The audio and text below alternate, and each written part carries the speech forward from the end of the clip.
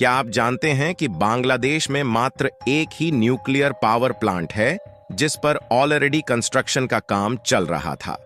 लेकिन अब उस पर भी कंस्ट्रक्शन का काम पूरी तरह से बंद हो चुका है, जिसके बाद बांग्लादेश की नई सरकार को भारत की याद आ रही है। दरअसल हाल ही में खबर निकलकर आ रही है कि बांग्लादेश के रूपपुर शहर में जो न्यूक्लियर पावर प्लांट में कंस्ट्रक्शन का काम चल रहा था, उस पर इंडियन वर्कर ने काम करने से साफ इनकार कर दिया है,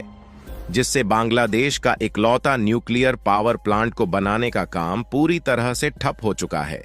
और रिपोर्ट में साफ साफ बताया जा रहा है कि बांग्लादेश में शेख हसीना की सरकार चले जाने के बाद उनका पहला न्यूक्लियर पावर प्लांट आधे रास्ते में ही लटक चुका है। यानी कि बांग्लादेश की नई सरकार को भारत की तरफ से एक के बाद एक नए झटके मिलना शुरू हो चुके हैं, और बांग्लादेश के लिए इस न्यूक्लियर पावर प्लांट का आधे रास्ते में ही रुक जाना उनके लिए किसी सदमे से कम नहीं है, क्योंकि यह उनके लिए इतना ज्यादा उपयोगी न्यूक्लियर पावर प्लांट था कि इस न्यूक्लियर पावर प्लांट के बनकर तैयार होने का इंतजार बांग्लादेश के सभी लोग कर रहे थे। पूरी डेवलपमेंट क्या है इस वीडियो में समझते हैं, और आपको यह भी बताएंगे कि इस न्यूक्लियर पावर प्लांट के कंस्ट्रक्शन का काम किस लिए बंद कर दिया गया है और इसका उपयोग किस लिए किया जाना था। लेकिन आगे बढ़ने से पहले इस वीडियो को एक लाइक करके चैनल को सब्सक्राइब जरूर कर लीजिए, क्योंकि यह आपके लिए 1 सेकंड का काम है, लेकिन इससे हमारी काफी बड़ी मदद होती है। देखिए, इस बात में दो राय नहीं है कि बांग्लादेश के हालात इस समय बिगड़ चुके हैं, और ऐसे समय में उनकी अंतरिम सरकार को दिमाग से काम लेने की जरूरत है। लेकिन बांग्लादेश की नई सरकार द्वारा ऐसा बिल्कुल भी नहीं किया जा रहा है, क्योंकि बांग्लादेश अपनी जरूरत के लिए जिस देश पर सबसे ज्यादा डिपेंडेंट है वह है भारत, रूस और ऑस्ट्रेलिया, जिसमें भारत और ऑस्ट्रेलिया के साथ बांग्लादेश का सीधे तौर पर व्यापार होता है। तो वहीं रूस ने बांग्लादेश में अलग अलग सेक्टर के लिए काफी सारा इन्वेस्टमेंट किया है, जिसके कारण आज के समय में बांग्लादेश भारत के साथ साथ इन देशों का काफी सारा पैसा लेकर बैठ चुका है। यानी कि ऐसे समय में बांग्लादेश की नई सरकार को दिमाग से काम लेते हुए भारत के साथ साथ रूस और ऑस्ट्रेलिया से भी अपने संबंध को अच्छे से बनाकर रखना चाहिए, ताकि इन देशों के द्वारा बांग्लादेश पर प्रेशर ना क्रिएट किया जाए। लेकिन हमने पिछले कुछ दिनों में देखा कि ऐसा बांग्लादेश की नई सरकार द्वारा बिल्कुल भी नहीं किया जा रहा है, बल्कि वहां के लोगों द्वारा और कट्टरपंथियों के द्वारा लगातार भारत के खिलाफ जहर उगले गए हैं, जिसमें कभी भारत को धमकी दी गई तो कभी भारत के चिकन नेक को ब्लॉक करके नॉर्थ ईस्ट वाले इलाके को अलग करने की बात कही गई। यहां तक इन्होंने हिल्सा मछली का एक्सपोर्ट भी भारत के लिए बंद कर दिया और भारत के पश्चिम बंगाल पर अपना दावा दिखाने की कोशिश की। और इसके विपरीत इनके द्वारा चीन के साथ अपने व्यापार को बढ़ाने का फैसला लिया गया, और इन्होंने पाकिस्तान के साथ परमाणु डील फाइनलाइज किया, जिसमें अब यह दोनों देश परमाणु हथियार मिलकर बनाने जा रहे हैं, और जो शॉर्ट रेंज वाली परमाणु मिसाइल है उनको भारत और बांग्लादेश बॉर्डर के करीब इनके द्वारा तैनात किया जाएगा। यानी कि बांग्लादेश अपने दूसरे शब्दों में बताने की कोशिश कर रहा है कि हमें आपके साथ रिलेशन नहीं रखना और हम भारत से ही पंगा लेकर बैठ रहे हैं। लेकिन जैसे जैसे दिन बीत रहे हैं वैसे वैसे बांग्लादेश पर अब एक एक करके इसका अंजाम भारी पड़ना शुरू हो चुका है, और पिछले कुछ दिनों में तो बांग्लादेश की नई सरकार को कई बार झटका लगा, लेकिन इस बार तो उनके सिर पर ऐसी मुसीबत फाट पड़ी है कि इनके तोते उड़ चुके हैं। जी हां दोस्तों, अब बांग्लादेश के इकलौते न्यूक्लियर पावर प्लांट के कंस्ट्रक्शन का काम पूरी तरह से ठप हो चुका है। हम बात कर रहे हैं बांग्लादेश के रूपपुर शहर में बनाए जा रहे न्यूक्लियर पावर प्लांट की, जिस पर कंस्ट्रक्शन का काम पूरी तरह से बंद हो चुका है।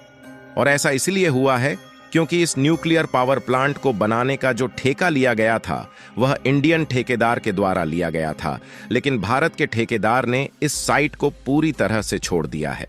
यकीन मानिए दोस्तों, बांग्लादेश की नई सरकार को इससे इतना बड़ा सदमा लगा है कि इसके बारे में सोचना भी मुश्किल है। इसे समझने के लिए सबसे पहले हम इस मैप की कटिंग पर नजर डालें तो यह है हमारा भारत देश के पश्चिम बंगाल राज्य का कोलकाता शहर और पूर्वी साइड में बांग्लादेश मौजूद है। और बांग्लादेश में जो यह रेड पॉइंट दिख रहा है, यहीं पर रूपपुर न्यूक्लियर पावर प्लांट का निर्माण किया जा रहा है, जो कि पद्मा नदी के एकदम करीब ही बनाया जा रहा है, जिसे भारत में गंगा नदी के नाम से जाना जाता है। और जो रूपपुर न्यूक्लियर पावर प्लांट है, इसका लगभग आधे से भी ज्यादा कंस्ट्रक्शन का काम पूरा हो चुका है। सबसे पहले तो आपको बता दें कि न्यूक्लियर पावर प्लांट का उपयोग इलेक्ट्रिसिटी प्रोडक्शन के लिए किया जाता है। न्यूक्लियर पावर प्लांट में रेडियो एक्टिव एलिमेंट का उपयोग करके इलेक्ट्रिसिटी का प्रोडक्शन किया जाता है, जिसके कारण न्यूक्लियर पावर प्लांट से बिजली पैदा करने की लागत कोयले की अपेक्षा काफी कम होती है और काफी कम कास्ट में भरपूर मात्रा में बिजली पैदा होती है, जिसके कारण कोयले से बिजली पैदा करने की अपेक्षा इसे एक बढ़िया सोर्स माना जाता है। फिलहाल देखा जाए तो बांग्लादेश में बिजली की जरूरत काफी ज्यादा पड़ती है, क्योंकि वहां भारी भरकम मात्रा में टेक्सटाइल फैक्ट्रीज हैं, जहां पर कपड़े बुनने और उन्हें बनाने के लिए मशीनों का उपयोग होता है।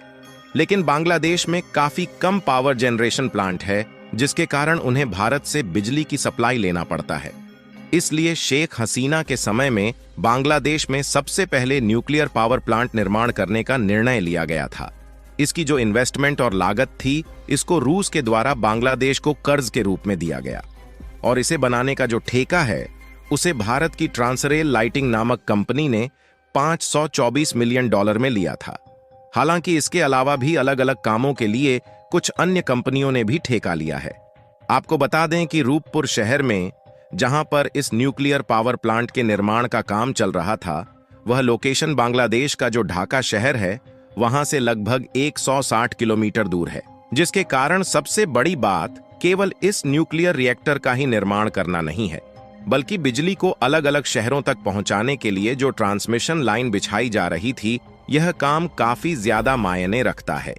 इसीलिए अलग अलग शहरों से दूरी काफी ज्यादा होने के कारण इसमें काफी ज्यादा वर्कर काम कर रहे थे। वैसे तो इस प्रोजेक्ट की जो टोटल लागत है, वह लगभग $13 बिलियन के करीब है, लेकिन इंडियन कंपनी ने इसका कॉन्ट्रैक्ट $524 मिलियन पर लिया था और यह सबसे कठिन काम होने वाला था, क्योंकि 7-7 किलोमीटर की ट्रांसमिशन लाइन को यमुना रिवर के ऊपर से बिछाया जा रहा था। लेकिन पिछले कुछ दिनों में जैसे ही बांग्लादेश में बाढ़ आना शुरू हुई, उसके डर के मारे सभी वर्कर अपने अपने देश वापस लौट गए, जिसमें 100 इंडियन वर्कर है और लगभग 30 वर्कर इंडोनेशिया के थे। लेकिन जब बांग्लादेश में बाढ़ के हालात ठीक हो गए हैं, उसके बावजूद भी यह वर्कर बांग्लादेश में जाने से साफ इनकार कर रहे हैं और इस प्रोजेक्ट पर बिल्कुल भी काम नहीं करना चाहते। और भारत की जिस कंपनी ने इस कॉन्ट्रैक्ट को लिया है, वह भी दोबारा से बांग्लादेश की इस साइट पर काम नहीं करना चाहती। और सिर्फ इतना ही नहीं, बल्कि ऊपर से रूस के द्वारा बांग्लादेश की सरकार पर दबाव बनाया जा रहा है कि न्यूक्लियर पावर प्लांट को बनाने के लिए रूस के द्वारा जो इन्वेस्टमेंट किया गया है, उसे कर्ज के रूप में बांग्लादेश जल्द से जल्द रूस को नहीं लौटाएगा तो रूस भी बांग्लादेश के खिलाफ कोई कड़ा एक्शन लेने पर मजबूर हो सकता है। फिलहाल आप लोगों का इसके बारे में क्या सोचना है, अपनी राय कमेंट में जरूर बताएं। और बांग्लादेश की मुसीबतें दिन पर दिन बढ़ती जा रही हैं, उसके लिए वीडियो को एक लाइक करके अपने मित्रों तक शेयर जरूर करें, ताकि उन्हें भी जानकारी मिल सके। इसी तरह और भी नॉलेजेबल वीडियो देखने के लिए चैनल को सब्सक्राइब करके बेल आइकन को ऑल पर जरूर सेलेक्ट करें। जय श्री राम।